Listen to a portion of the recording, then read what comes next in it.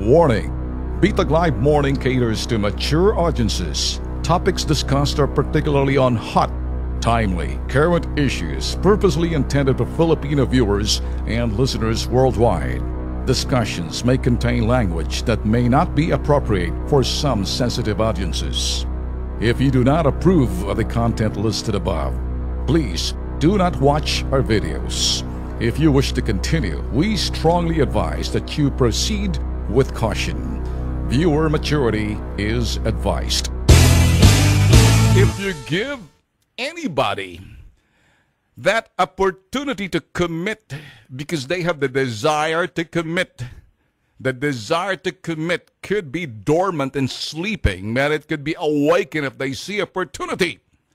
Ang isang kriminal o ang isang taong magnanakaw, maaring siya'y isang normal na individual na palakad-lakad.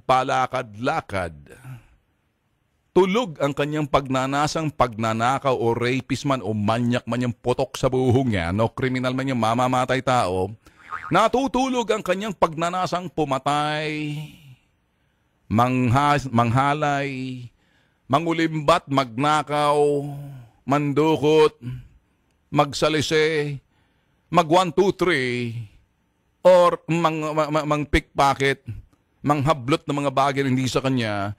Kapag nakakita siya ng oportunidad, isang puwang na mapupukaw agad ang kanyang damdamin. At doon isasagawa niya yung bagay na makikita mo na lang kasi napukaw na. Huwag natin bigyan ng puwang ang sino mang may pagnanasang magnakaw, mga manyak na mga halay.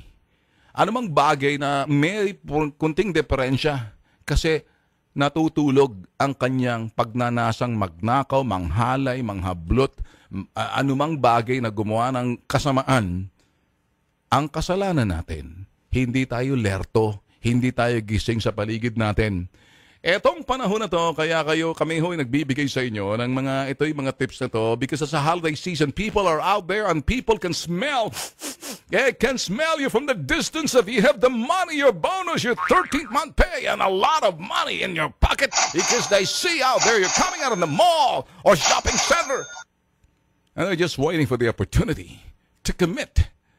The opportunity, that single moment, seconds, maybe minute, is enough for them to execute their desired plan, to succeed, to steal, to rape, to commit a crime. Please do not give them any opportunity.